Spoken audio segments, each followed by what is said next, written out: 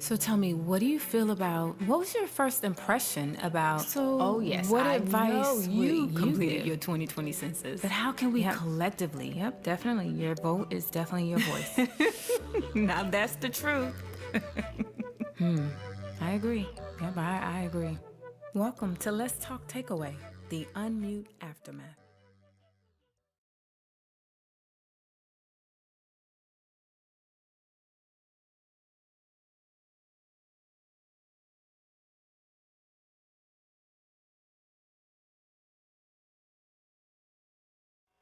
Unmute me. They say the blacker the berry, the sweeter the juice. Or is it the blacker the berry, the tighter the noose? Harsh statement, but not too far from the truth.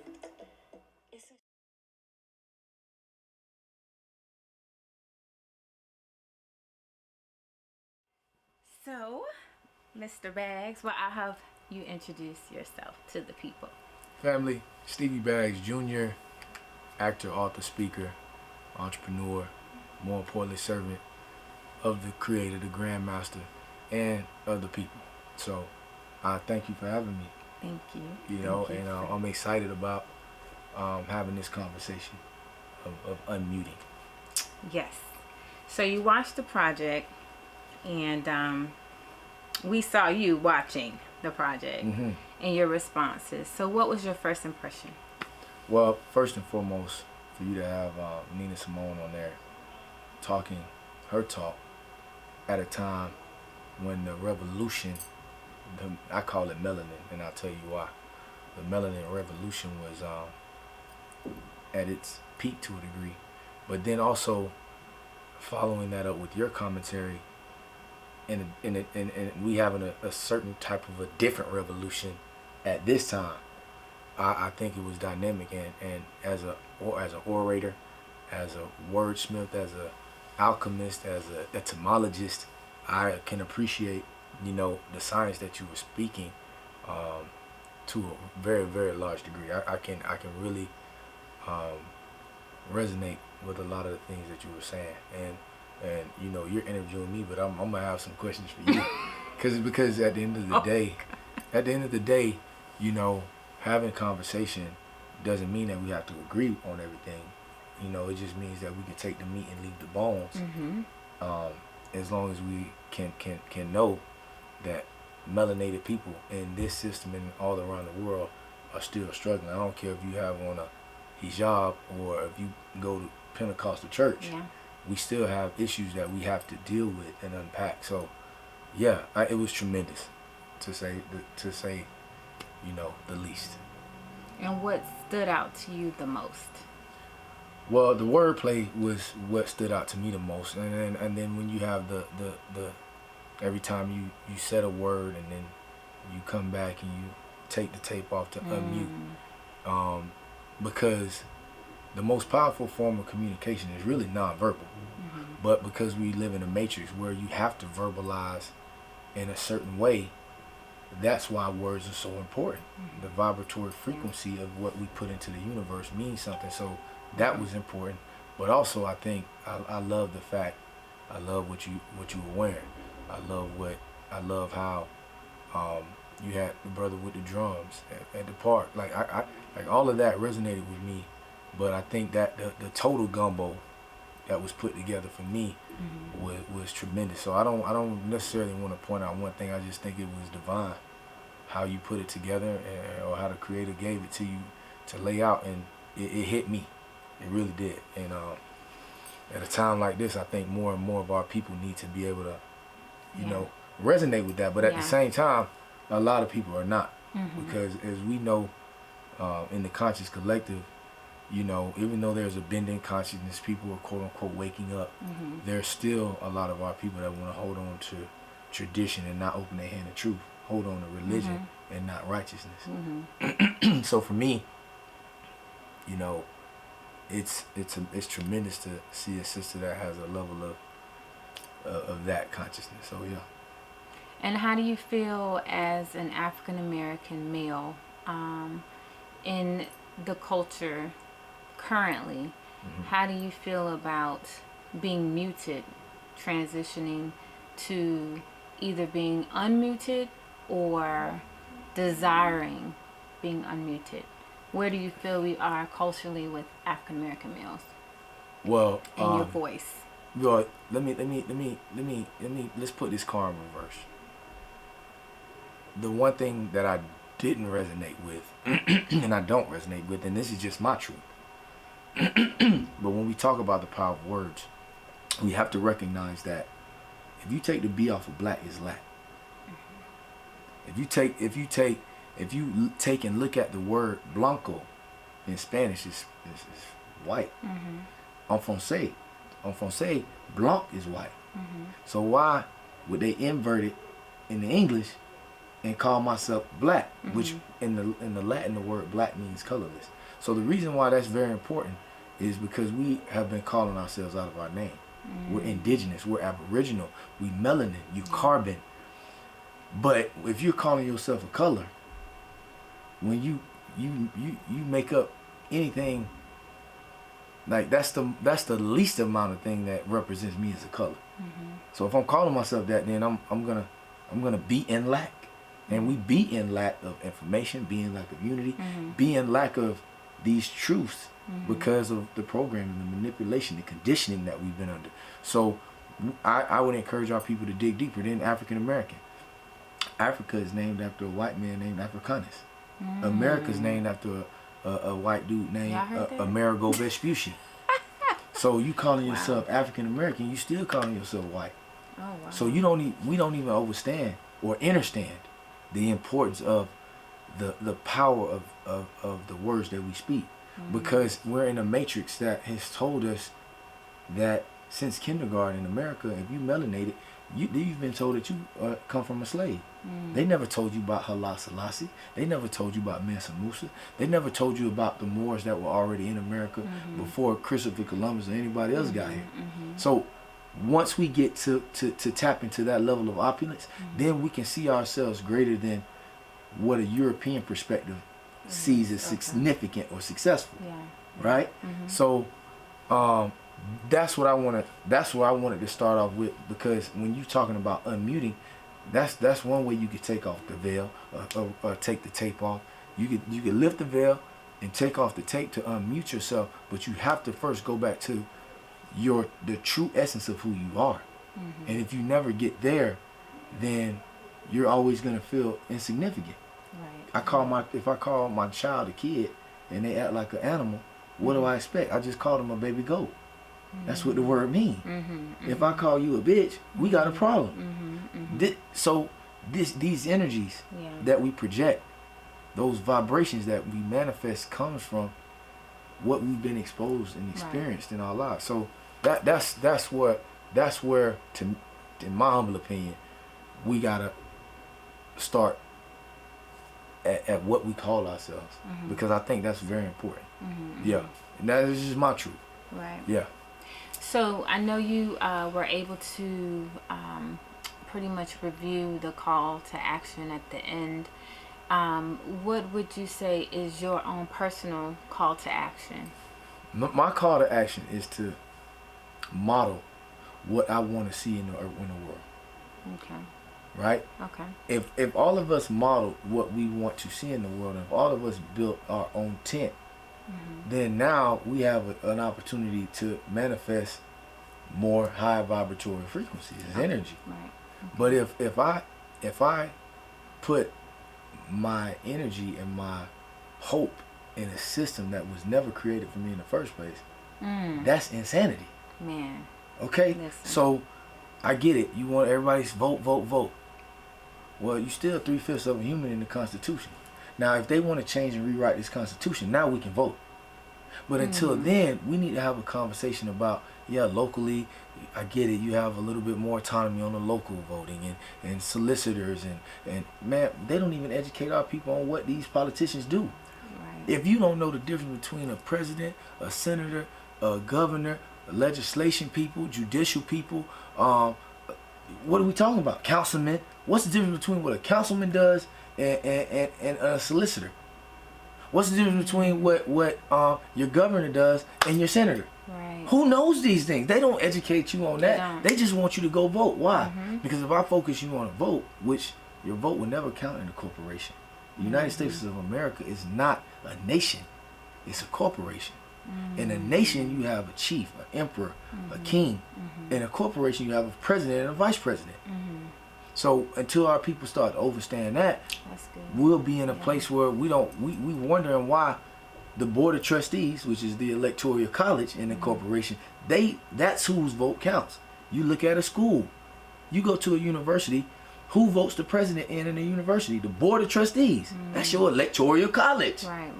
It's in your face, but you don't understand that because you watching CNN and Fox. You worried about Trump and Obama. It's right wing, left wing, one bird. This is politics. Right. We don't deal. It's I politics. heard that.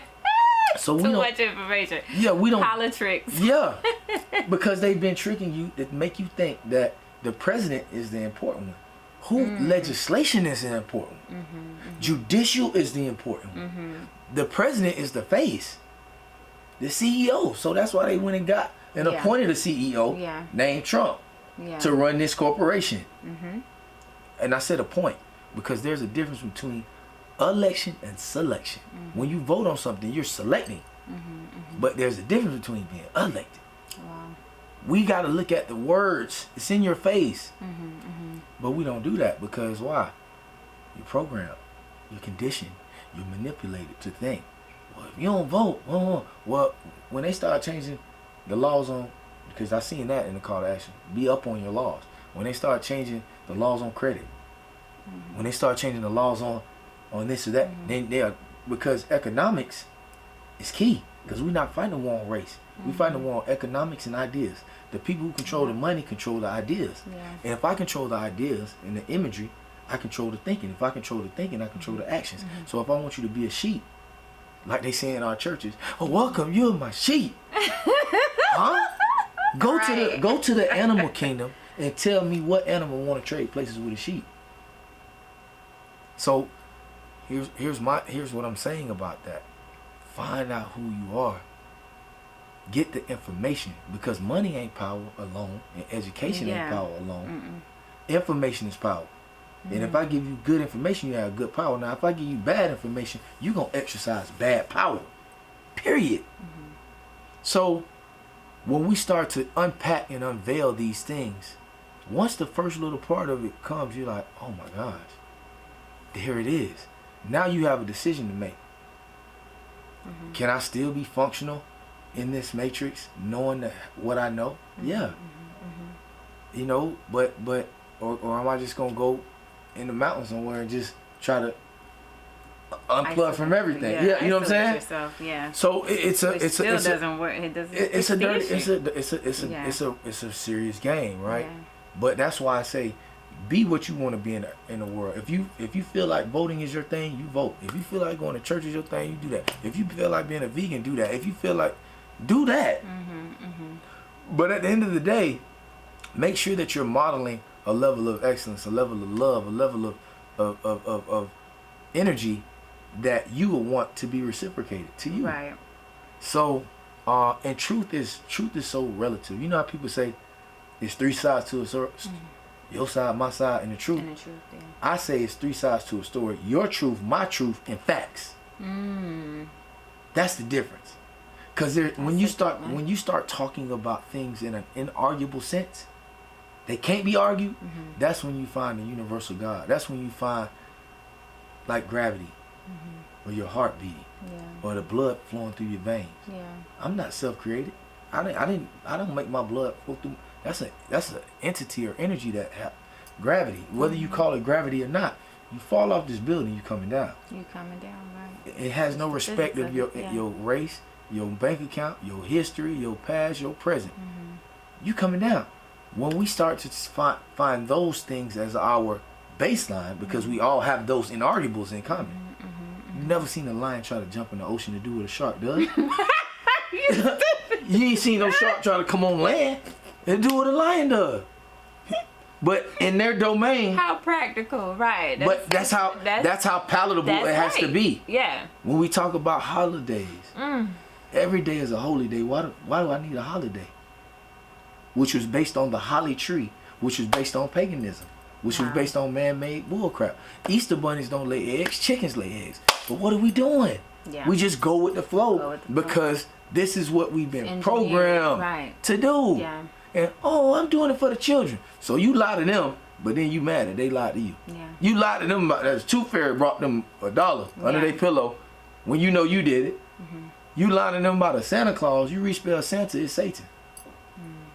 But we don't understand these small principles. I want to hold on to tradition, not open my hand to truth.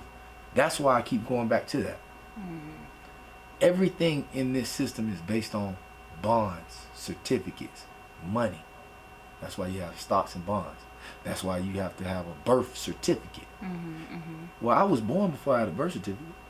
I'm going to die before I have a death certificate. So that means the universal God validated my birth before a certificate does. Before man, right? Yeah. So that means our connection, I don't need a certificate to validate our connection as you and me as a woman, a man and woman, a union. But I want a marriage certificate. Let's go to the court. What? That's right. The universe, you know it, right. When you open your legs and y'all consummated, you was married then. You just don't want to. But you got to go sign. But you have to go sign a contract. Prefix to contract is con. You got to go sign a contract in your head to make sure that. Come on, that mean it wasn't about the love in the first place. It wasn't about the connection in the first place. It was about your protection, or what you think was gonna protect you. What? Right. I don't belong to man. I belong to the universal God. Period. So do you. Yeah. My child came through me, but came from God. Yeah. She gonna always be my daughter, but she ain't gonna always be my child. She gonna be grown one day and do what the hell she wanna do. Right. But we want to make everything eternal. What we want to make eternal. Yeah. You dig what I'm saying? Yeah. But at the end of the day, there's nothing that's everything in this matrix is temporary. Everything. Till we find that out, we'll always be chasing after the wind, and you'll never catch the wind. I hope y'all listening to all of this. This is this needs to be continued. Well, so speaking of continue, right. I'm considering an unmute 2.0. Okay. And I've been asking everyone according to what they have seen and heard, and just their own personal perception of the project. What is it that you feel will be advantageous for our community for 2.0? If you had to put one thing to it. Well, I gotta say this. When you say the word community, I have to say this. Because we don't live in communities. We live in neighborhoods. Okay. And I'm gonna break it down to you. Okay. When you've been to Disney World, right? Orlando. Yes. When you go to Disney World, you see police, Disney dollars. People who work there gotta go to Disney's school before they. And when you have a community, you control your police, your food, and your economics. We don't live in communities. We live in neighborhoods. So what do you do with a hood? I put it over your head to hide the truth from you. Because when the hood is on you, you don't have the same vision that you have when the hood is not. Okay. So it's not until I take this hood off till I really can be your neighbor. I really can understand where you're coming from. You can understand where I'm coming from. Now we can barter. Now we can say, well, your expertise is gardening. Well, my expertise is security. Well, my expertise is schooling. Well, my expertise is economics. Now that's a community. We don't have communities. We have neighborhoods.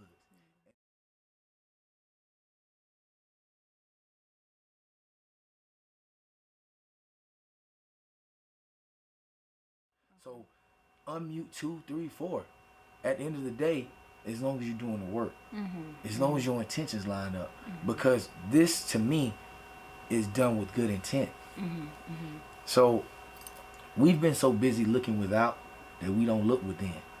And the most powerful things in the world start with I-N. Right. Inspiration, intellect, intimacy, inspiration, insecurities, integrity. All these things start with I-N. Yeah. But we've been so taught to, if I don't have a car, if I don't have a career, if I don't have a house, if I don't have a family, if I don't have, I'm looking without. All that's without. Yeah. Yeah. Do the inside work. You know why? We live 3 types of lives. Your public life, your private life, and your secret life. And your secret life is only between you and the entity that created you. It has nothing to do with anything without. When we get to that place where I'm okay with the entity that created me. People ask you all the time, what's your credit score? I'm asking you, what's your credit score with the God who created you? Is your credit good there? Right. Yeah. You see what I'm saying? Facts. If it's good there, it'll be good anywhere. Right? But, so I'm going on this tangent, but you asked me about this Unmute 2.0. My dear sister, divine feminine, keep doing what you're doing. Because for the universe to connect us like this, it had to be on a divine, level. Right. So I'll just say that. Well, guys, I hope you took your notes, and I appreciate you. I appreciate you too. I really honestly feel that in this short amount of time, I definitely have a hunger for more. Sometimes, like you stated, sometimes knowledge is our own interpersonal experiences and, things that we learn through families, through generations of right and wrongs. But we have to, now, redirect our path. Right. And really wanting to know this information and really wanting to change as, a people or a neighborhood. Because and not a community. We need to strive for community. Yes. And I want to say this to you because, I think people see the end result of a thing, but they don't know what it takes to get there. So I want to commend you on your diligence towards your purpose and what you're doing with Unmute, because, it's not easy to catch up with me or anybody else who you probably interviewed and, getting videographers and doing all this and recording and writing. People don't know that that's energy. It's just not an idea don't just pop in your head and it manifests. You have to do the work behind that idea. So I commend you on doing the work and being diligent, because she was like, hey, what's up, man?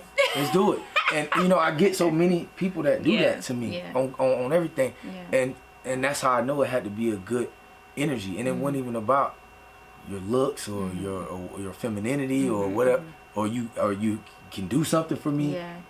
That's how I know it had to be a divine, connection. So thank you peace and so power much. to you on that. Thank you. I really appreciate it. Yeah, keep going. I just wanted to encourage you to keep going, because I know sometimes, in life things can easily discourage us. Yeah. Definitely. Well, thank y'all. We'll be back for the next episode. Peace and power. Thank you for joining me for the Unmute Let's Talk takeaway. Be sure to join me for the very next episode.